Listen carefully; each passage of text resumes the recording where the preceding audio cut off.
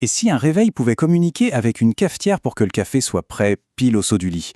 Ou imaginez une voiture qui anticipe les embouteillages pour adapter son itinéraire toute seule. Ça sonne comme de la science-fiction, n'est-ce pas? Eh bien, ce monde, il n'est plus si lointain. En fait, il est déjà là.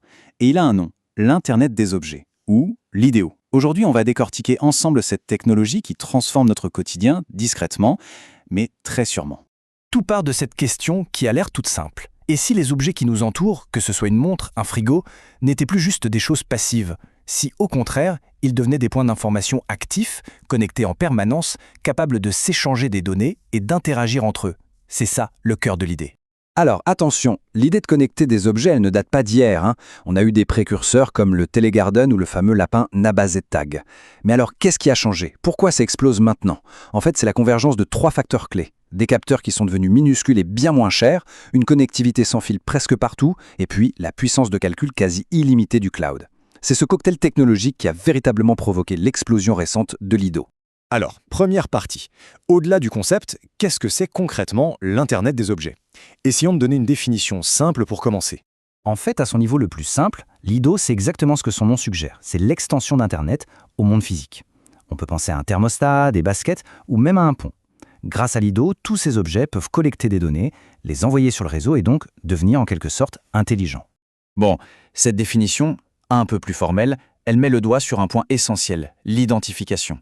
Chaque objet connecté reçoit une sorte de carte d'identité numérique unique. Ça permet de le suivre et d'interagir avec lui de façon super précise. L'IoD crée donc un véritable pont, une conversation permanente entre le monde physique, celui qu'on peut toucher, et le monde virtuel des données. Deuxième partie. Un réseau mondial. Ok, maintenant que la définition est plus claire, il faut qu'on prenne la mesure du phénomène. Et vous allez voir, l'échelle de l'IDEO est tout simplement vertigineuse. Le chiffre est juste stupéfiant, 50 milliards. Pour mettre ça en perspective, ça représentait en 2020 plus de 6 objets connectés pour chaque être humain sur la planète. C'est une immense toile numérique qui est en train de recouvrir le globe. Ce graphique, il illustre parfaitement la trajectoire de cette technologie. Regardez, on est passé d'environ 8 milliards de connexions en 2012 à 50 milliards, à peine 8 ans plus tard. C'est une croissance explosive, une multiplication par plus de 6. C'est tout simplement l'une des adoptions technologiques les plus rapides de l'histoire. Et bien sûr, qui dit explosion de connexion, dit impact économique colossal. Comme le montre ce graphique, la taille du marché a plus que triplé pour atteindre 7 000 milliards de dollars en 2020. Il faut comprendre que chaque objet connecté devient une source de données, et donc une source de valeur potentielle. Troisième partie, relier deux mondes. Bon, ces chiffres sont impressionnants, c'est sûr, mais ils soulèvent une question fondamentale. Comment ça marche au juste? Comment un simple objet physique arrive à communiquer avec cet immense monde numérique? Pendant très longtemps, le monde physique et le monde numérique ont vécu un peu en parallèle avec des ponts très limités. Les données sur le monde physique, il fallait que ce soit nous, les humains, qui les rentrions manuellement. Eh bien, l'IDO, il fait voler cette barrière en éclats. Il crée une boucle continue où le monde physique informe le monde numérique et le numérique, à son tour, peut agir sur le physique. Ce processus, en gros, on peut le décomposer en 4 étapes assez simples. D'abord, capter. Des capteurs, qui sont un peu comme l'essence numérique du système, vont récupérer des infos du monde réel. Une température, un mouvement, une position. Ensuite, ces données sont transmises via le réseau. Troisième étape, traiter. Là, les systèmes informatiques, qu'on peut voir comme le cerveau, analysent toutes ces données. Et enfin, dernière étape, agir. En se basant sur cette analyse, une action est déclenchée dans le monde physique grâce à des actionneurs. Eux, ce sont les muscles numériques. C'est cette boucle complète qui rend tout le système intelligent. Quatrième partie, le monde connecté. La théorie, c'est bien beau, mais la vraie question, c'est concrètement à quoi ça sert?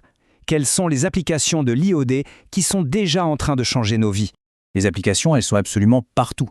Dans les villes intelligentes, on a des capteurs sur les routes qui optimisent les feux de circulation pour que le trafic soit plus fluide. Dans l'industrie, des machines prédisent elles-mêmes quand elles ont besoin d'une maintenance, ce qui évite des pannes qui coûtent cher. En agriculture, des capteurs d'humidité permettent une irrigation ultra précise. Et dans la santé, des objets connectés permettent de suivre des patients à distance, ce qui révolutionne complètement les soins. Vraiment, chaque domaine de notre société est touché.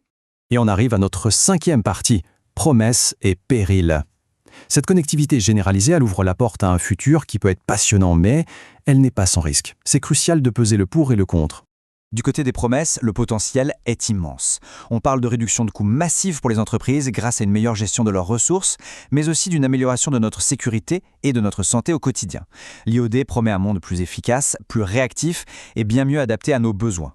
Mais cette fusion entre notre monde physique et le monde numérique, elle a un revers. Une interconnexion aussi profonde nous rend aussi beaucoup plus vulnérables. Et ça soulève une question cruciale. À quel prix ? Ici, le risque change complètement de nature. Avant, une cyberattaque, c'était le vol de données. Avec l'IDEO, une cyberattaque peut prendre le contrôle d'objets physiques. On peut imaginer une voiture piratée et dont les freins sont désactivés, le réseau électrique d'une ville mis hors service ou une usine sabotée à distance. La menace n'est plus seulement numérique, elle devient physique, bien réelle. L'Internet des objets, ce n'est plus une vision lointaine du futur, c'est notre présent. Alors qu'on continue de tisser ce réseau qui connecte chaque aspect de nos vies, la question centrale reste la même, comment faire en sorte que ce monde plus intelligent que nous construisons reste aussi un monde sûr ? C'est le défi majeur de cette révolution silencieuse.